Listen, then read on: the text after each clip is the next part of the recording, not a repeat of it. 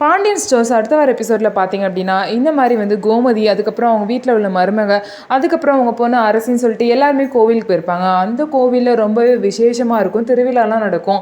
அங்கே வந்து ஒரு நடன நிகழ்ச்சி வந்து வச்சுருப்பாங்க. அந்த டான்ஸ் போட்டியில் வின் பண்ணுறவங்களுக்கு பார்த்தீங்கன்னா ஃபஸ்ட்டு ப்ரைஸ் வந்து காரு, செகண்ட் ப்ரைஸ் வந்து பைக்கு, தேர்டு ப்ரைஸ் வந்து ஒரு தங்க வளையல் அப்படின்னு சொல்லிட்டு ஒரு பெரிய பேனர் வச்சுருப்பாங்க. அந்த பேனரை ராஜி பார்த்துட்டு இதில் எப்படியாவது ஜெயிச்சு நம்ம வந்து கதிருக்கு வந்து பைக் வாங்கி கொடுக்கணும்னு சொல்லிட்டு ரொம்ப ஆசையாக இருப்பாங்க. உடனே வந்து இந்த விஷயத்த மீனா கிட்ட போய் சொல்லுவாங்க. மீனா பார்த்தீங்கன்னா நம்ம அத்தை கிட்ட கேட்கலாம் அப்படின்னு சொல்லிட்டு போவாங்க. உடனே கோமதி கிட்ட இந்த விஷயத்தை பற்றி சொன்னோன்னே கோமதி வந்து ரொம்பவே கோவப்பட்டு ஒழுங்காக கோவிலுக்கு வந்தோமா சாமி கும்பிட்டோமா இருந்துங்க, இந்த மாதிரி வேலையெல்லாம் பண்ணிட்டு இருக்காதீங்கன்னு சொல்லி ஸ்ட்ரிக்டாக சொல்லிடுவாங்க. உடனே வந்து ராஜிக்கு வந்து ரொம்பவே ஆசையாக இருக்கும்.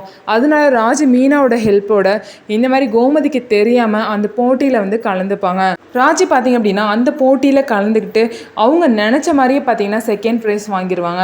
செகண்ட் ப்ரைஸ் வாங்கி அந்த பைக்கையும் பார்த்தீங்கன்னா வின் பண்ணிடுவாங்க. அதுக்கப்புறம் வந்து அந்த பைக்கை வந்து எப்படி வந்து வீட்டுக்கு எடுத்துகிட்டு போகிறோன்னு சொல்லிட்டு யோசிச்சுட்டு இருக்கப்ப நீங்கள் அட்ரஸ் சொல்லிட்டு போங்கம்மா, நாங்களே உங்கள் வீட்டுக்கு அனுப்பிச்சி வச்சுருப்போம்னு சொல்லிட்டு அந்த போட்டி தலைவர் சொல்லுவாங்க.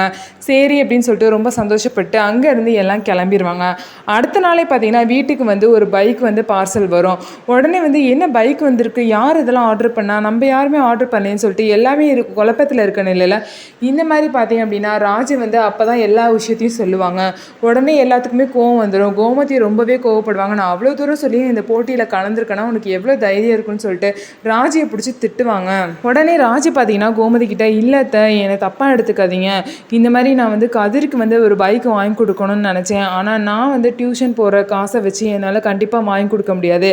அதனால் இப்படி ஒரு சான்ஸை மிஸ் பண்ணக்கூடாது அப்படின்னு சொல்லிட்டு தான் உங்களுக்கு தெரியாமல் அந்த போட்டியில் கலந்துக்கிட்டு நான் வின் பண்ணி கதிருக்கு வந்து பைக் வாங்கி கொடுக்குறேன், என்னை மன்னிச்சிருங்கன்னு சொல்லிட்டு கேட்குறாங்க.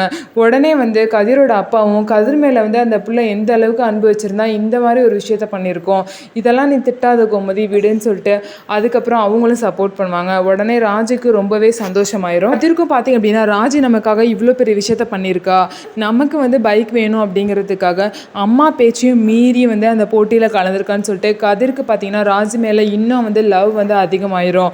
ஸோ இந்த மாதிரி தான் அடுத்த வார எபிசோட் போகும். ஸோ நம்ம வீடியோ உங்களுக்கு பிடிச்சிருந்தா நம்ம வீடியோவை லைக் பண்ணுங்கள். அதுக்கப்புறம் மறக்காமல் நம்மளோட சேனலை சப்ஸ்கிரைப் பண்ணிவிட்டு பாருங்கள்.